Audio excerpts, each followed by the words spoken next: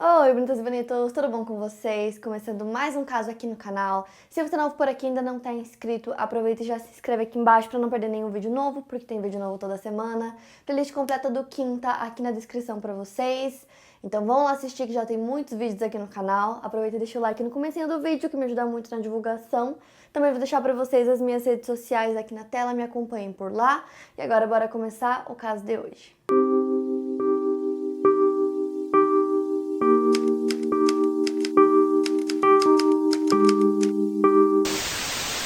Thelma Pauline Melton nasceu no dia 26 de fevereiro de 1923, no Alabama, Estados Unidos. Todo mundo chamava ela de Polly. Durante sua vida, ela se casou 3 vezes, mas ela nunca teve filhos. O seu terceiro marido foi o Bob Melton, com quem ela se casou em 1975. O Bob já tinha 2 filhos que já eram adultos de casamentos anteriores. Na época do caso, a Polly tinha 58 anos e o Bob 78, então uma diferença de 20 anos. Eles estavam casados há 6 anos. A Polly e o Bob moravam juntos em um trailer iStream apropriado para viagens. Inclusive, o casal amava viajar mesmo que a saúde do Bob já não estivesse muito boa. Eles mantinham sua residência fixa em Jacksonville, na Flórida. Entretanto, todos os anos eles passavam um período de 3 meses durante o outono em Deep Creek Campground, que é um acampamento próximo ao Parque Nacional Great Smoky Mountains, que fica entre os estados do Tennessee e da Carolina do Norte. A Polly amava montanhas, adorava visitar esse local, tanto que ela foi para lá todos os anos durante 20 anos, então era um lugar que ela já conhecia super bem, ela amava muito. Ela até dizia que era sua segunda casa.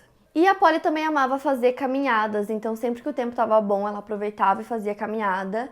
E aí, em 1981, ela e o seu marido Bob foram, pro acampamento anual deles, para esse local que eu falei. Foram com alguns amigos, como eles sempre faziam. E a Polly sempre fazia trilhas nesse local e ela nunca ia sozinha, ela sempre ia com alguma amiga, com alguém. Como falei pra vocês, a saúde do Bob já não estava muito boa, ele estava meio debilitado, então ele não conseguia fazer caminhadas com ela, trilhas, nada. Então ela sempre ia com as suas amigas. E lá nesse local tinham várias trilhas que as pessoas podiam fazer. A Polly amava fazer trilha lá, inclusive a trilha favorita dela era Deep Creek Trail. E cada trilha tinha uma dificuldade diferente, então desde a mais fácil para a mais difícil. Ela sempre ia nas mais fáceis com as amigas dela, então eram trilhas muito tranquilas, que elas podiam fazer tranquilamente, ela já estava muito acostumada, né? Elas sempre faziam essas trilhas. Então no dia 25 de setembro de 1981, a Polly saiu com 2 amigas dela para fazer a trilha favorita dela. Então essas amigas eram a Trula e a Red.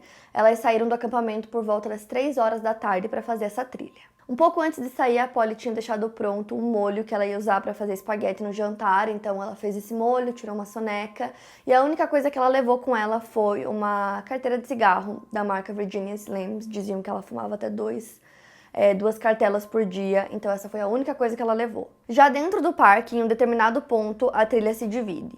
O lado direito leva para uma área de piquenique e acampamento. Já o lado esquerdo da trilha continua seguindo pela floresta. Os carros não são permitidos no lado esquerdo da trilha após essa divisão. Então há um grande portão impedindo o acesso de veículos. A trilha é de cascalho, bem conservada e é considerada uma caminhada super fácil. A área de piquenique e o acampamento dentro do parque estavam cheios naquele dia, tinham 50 carros estacionados, tinham muitas pessoas caminhando, pescando, acampando e andando a cavalo. A Polly, a Red e a Trula caminharam mais de 1,5 km além da área do piquenique e da bifurcação da trilha. Elas pararam em um ponto de retorno e a Polly fumou um cigarro. A conversa entre as 3 era alegre. Então as 3 amigas começaram a fazer o caminho de volta para o acampamento, para onde estavam os trailers e tudo mais. E aí elas estavam andando tranquilamente até que a Polly começou a andar um pouco mais devagar, então as amigas até estavam um pouco à frente dela. E de repente ela começou a andar super rápido e ultrapassou essas 2 amigas. Tem até alguns lugares que dizem que ela fez isso em tom de brincadeira, tipo rindo, as amigas riram também, dizendo que não queriam competir com ela. E aí ela começou a andar super rápido e depois que chegou numa parte onde tinha uma colina e ela virou essa colina, as amigas perderam ela de vista, porque ela estava realmente andando muito mais rápido. Isso era depois das 4 horas da tarde, então as amigas não se preocuparam, ela conhecia o lugar super bem, era super comum para ela andar por aquela trilha que ela sempre fazia, então elas acreditavam que a Polly estava voltando pro trailer tranquilamente, então elas continuaram andando no passo delas. Então as 2 chegam no acampamento por volta das 4h30 da tarde e elas vão direto no trailer da Polly pra ver se ela tava lá, se tava tudo bem. E chegando lá, tava só o Bob, então elas perguntaram se ela já tinha chegado, se tinha acontecido alguma coisa. E aí ele disse que ele não tinha visto ela desde o momento que ela saiu pra fazer a trilha com as amigas. Então elas já começaram a achar super estranho, porque ela já deveria ter chegado, né, antes que elas. Então elas decidem começar a buscar pela amiga ali mesmo. E aí, como eu falei pra vocês, o Bob era mais debilitado, ele não conseguia sair, fazer essa busca com eles. Então o marido de uma das amigas foi, e mais um amigo delas que tava lá também acampando. Então foram os 4 procurar por ela. Enquanto isso, o Bob decide fazer algumas ligações para amigos, outras pessoas que também frequentavam muito o local, amigos que talvez tivessem dado uma carona para ela, que talvez tivessem visto ela. Eles ficaram bem preocupados assim desde o início. Então os amigos que foram, né, procurar pela Polly começam a fazer a mesma trilha que elas tinham feito. E aí, como eu falei pra vocês, era um dia muito cheio, tinham muitas pessoas no local, então eles passavam perguntando pra todo mundo se eles tinham visto a Polly, se eles sabiam o que tinha acontecido, se tinha acontecido alguma coisa, enfim, perguntavam pra todo mundo. Eles foram em várias áreas, não só na trilha, foram na área de estacionamento, na área de piquenique, ninguém tinha visto ela. Não tinha nenhum rastro da Polly em lugar nenhum e parecia muito improvável que ela fosse se perder numa trilha que ela já tinha feito muitas vezes, que ela conhecia super bem. E se ela tivesse se perdido, como as buscas começaram meio que, sei lá, logo que imediatamente, né, cerca de meia hora depois, rapidamente eles teriam encontrado ela caso ela tivesse se perdido, então eles achavam que não era isso que tinha acontecido. A Polly tinha 58 anos de idade, 1,70 de altura e pesava cerca de 80 quilos. Ela estava vestindo uma blusa listrada branca e rosa, sem mangas, uma calça bege e sapato bege. Além de seus cigarros, ela tinha consigo um relógio de pulso de ouro branco cravejado com diamantes. Ela tinha olhos castanhos e cabelos ruivos. Como os amigos perceberam que eles não estavam conseguindo encontrá-la, eles decidem notificar os guardas do parque depois de procurarem sozinhos por quase 2 horas. Então os guardas decidem chamar a polícia imediatamente e o desaparecimento foi notificado às 6 horas da tarde daquele mesmo dia. Então a polícia chegou num local super rápido, eles decidiram começar as buscas imediatamente. Eles juntaram cerca de 25 pessoas para a busca, entre policiais e voluntários, então eles começam a buscar por ela na trilha que ela tinha feito, né, que era o último lugar que ela tinha sido vista. E aí os policiais conseguem encontrar os rastros do sapato da Polly, decidem focar nisso e começam a seguir esses rastros. E eles conseguiram identificar o dela porque ele era muito específico. Um dos pares do sapato dela estava com uma rachadura, então dava pra ver essa rachadura na pegada e eles começaram a seguir, né, pra ver se eles conseguiam encontrá-la. Então, durante um tempo, eles conseguiram seguir esse rastro, né, dos sapatos da Polly, e até que chegou um momento que eles simplesmente não conseguiram mais, porque tinham muitos rastros de outras pessoas, e aí o dela meio que se perdeu entre eles. Mas até o ponto onde eles conseguiram, ela estava dentro da trilha. Então, eles imaginavam que talvez ela tivesse saído da trilha, só que não era isso que os rastros mostravam, e era uma possibilidade, né, só que as amigas dela também contaram pra polícia que ela tinha muito medo de cobras. Então, elas achavam que com certeza ela não tinha saído da trilha. Os policiais decidem conversar com os guardas florestais, né, pra ver se eles tinham visto alguma coisa, e todos eles conheciam a Polly, se lembravam dela, eles disseram que ela era uma mulher muito inteligente, muito forte, que eles já tinham visto ela lá diversas vezes, e eles disseram que eles não acreditavam que ela tinha se perdido, porque ela conhecia o lugar super bem, então ela estava muito familiarizada com as trilhas, com o local, eles achavam que não era isso que tinha acontecido. Eles ajudaram nas buscas, então eles tinham fotos da Polly, eles iam mostrando para os pescadores, para as pessoas que estavam acampando, para todo mundo que estava ali na área, para ver se alguém tinha visto alguma coisa. No mesmo dia que a Polly desapareceu, a polícia decide fechar a trilha para visitação para que ninguém entrasse lá. E nos dias que se seguiram, né, que continuaram as buscas por ela, cerca de 150 pessoas ajudaram. Também tinham 9 cães farejadores ajudando nas buscas. Inclusive, eles conseguiram sentir o cheiro da Polly e eles levaram os policiais até uma árvore e esse cheiro parava lá. Então, ali foi o último ponto que os cães conseguiram sentir. E eles não achavam que era nada, não tinha nenhum sinal de luta, sinal de nada relevante naquele local. Eles achavam que era apenas uma árvore onde ela podia ter se encostado para fumar um cigarro, que ela podia ter descansado um pouco e nada mais que isso. Nada além disso foi encontrado. Eles buscaram por ela por mais 4 dias, até que decidiram reabrir a trilha para visitação, e as buscas terminaram no dia 2 de outubro. O Bob, marido da Polly, ficou tão angustiado com o que tinha acontecido que ele precisou ser internado no mesmo dia que ela desapareceu. Então, depois disso, né, no ano seguinte, os filhos dele decidiram vender o trailer que ele usava, né, que ele morava com a Polly, e colocaram ele em uma casa de repouso. Inclusive, os filhos deles recusavam a falar sobre o caso, sobre a Polly, até que um deles deu uma entrevista um dia dizendo que o único interesse dele era no impacto que aquilo causou no pai dele. A investigação continuou e eles descobriram algumas coisas sobre a Polly. Ela sofria de alguns problemas de saúde, ela estava acima do peso, tinha pressão alta, além de sofrer ataques frequentes de náusea, para os quais ela tomava medicação prescrita. Ela desapareceu sem levar os seus remédios que ela tomava diariamente. No verão daquele mesmo ano, ela foi proibida de dirigir por conta dos medicamentos que ela tomava, então quem dirigia nas viagens era apenas o Bob. Então ela não poderia ter saído de lá dirigindo, e ela também não tinha levado consigo as chaves do trailer, então era pouco provável que ela tivesse saído de lá dirigindo outro veículo, por exemplo. A Polly também era uma pessoa extremamente reservada, então as amigas contaram que ela não falava muito sobre a vida dela, sobre o passado dela. Ela trabalhava como voluntária no Presbyterian Nutritional Center, distribuindo comida para idosos há 4 anos. E todos os dias, antes de ir embora desse local, todos os voluntários tinham que assinar um papel onde eles colocavam se eles viriam no dia seguinte ou não. A Polly ia sempre, todo mundo estava muito acostumado a ver ela lá porque ela nunca faltava. E, inclusive, ela sempre ia nas sextas-feiras. Então, no dia 24, que foi o último dia que ela foi, ela não assinou dizendo que ela iria no dia seguinte, que era uma sexta-feira, dia 25. Então, isso já era um pouco estranho, já que era uma coisa que ela sempre fazia. Outra coisa que é importante citar também é que o supervisor dela disse que naquele mesmo dia, no dia 24, que foi a última vez que ela fez várias ligações usando o telefone lá do local, que era uma coisa que ela nunca tinha feito em 4 anos, nunca tinha usado o telefone deles. Ele disse que ele viu ela fazendo várias ligações, ele não conseguiu ouvir nenhuma dessas ligações, a polícia também não conseguiu rastrear para saber para quem ela tinha ligado, então meio que ficou no ar assim com quem ela estava falando, né, naquele dia. E durante a minha pesquisa eu percebi que tem alguns jeitos de olhar para isso, que é mais uma perspectiva minha mesmo. Ela poderia simplesmente não ter colocado o nome dela para ir no dia seguinte, porque ela estaria acampando com os amigos, só que ela sempre ia nas sextas, então é meio estranho, mas pode ser uma possibilidade que seja apenas isso. Ela iria naquele dia num horário que ela não poderia estar lá, né, fazendo seu trabalho voluntário. Ou eles sempre iriam num horário que ela conseguia fazer os dois, e aí que ficaria realmente estranho, né, digamos, ela faz trabalho voluntário, durante a manhã eles iriam à tarde, ela conseguiria ir na sexta-feira como ela sempre ia, mas ela não foi. Então é muito estranho, ninguém sabe por quê. Outra coisa também é que o pastor da igreja que ela frequentava conversou com a polícia e ele disse que em uma conversa, em cada fonte fala de uma forma, mas em alguns lugares falam que ela disse com todas as letras para ele que ela estava tendo um caso e que ela estava se sentindo muito mal por isso. Em outras fontes dizem que ela deu a entender que ela estava tendo um caso. Só que isso nunca foi comprovado porque ela nunca falou sobre esse suposto amante com ninguém, nem com familiares, nem com amigos. Ela nunca citou esse homem pra ninguém, então ninguém sabia a identidade dele, qual era o nome dele, se ele realmente existia, se isso realmente aconteceu ou não.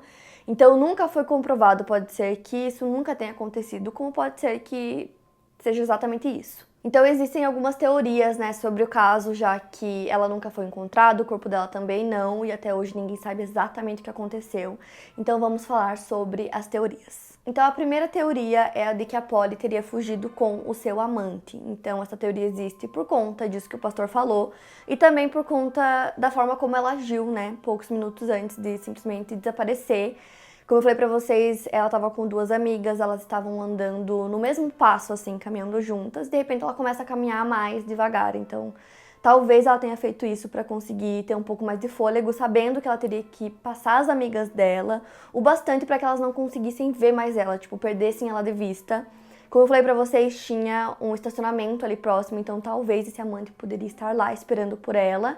Então ela passou as amigas dela de propósito para conseguir chegar até o local sem que ninguém tivesse visto. E assim ela fugiria com ele e começaria uma vida do zero. É uma possibilidade, mas ela não levou nada. Não levou documentos, ela tomava vários remédios, ela não levou nenhum. A conta bancária dela também não teve nenhuma movimentação depois do desaparecimento. Então são algumas coisas que talvez ela teria levado, né, quando ela tivesse decidido fugir com esse amante. Ainda nessa teoria, também é possível que ela simplesmente tenha decidido fugir e começar a vida do zero, porque ela tinha um marido que era muito doente, então ela tinha que cuidar dele, ele estava muito debilitado, então talvez ela tivesse cansado disso, né?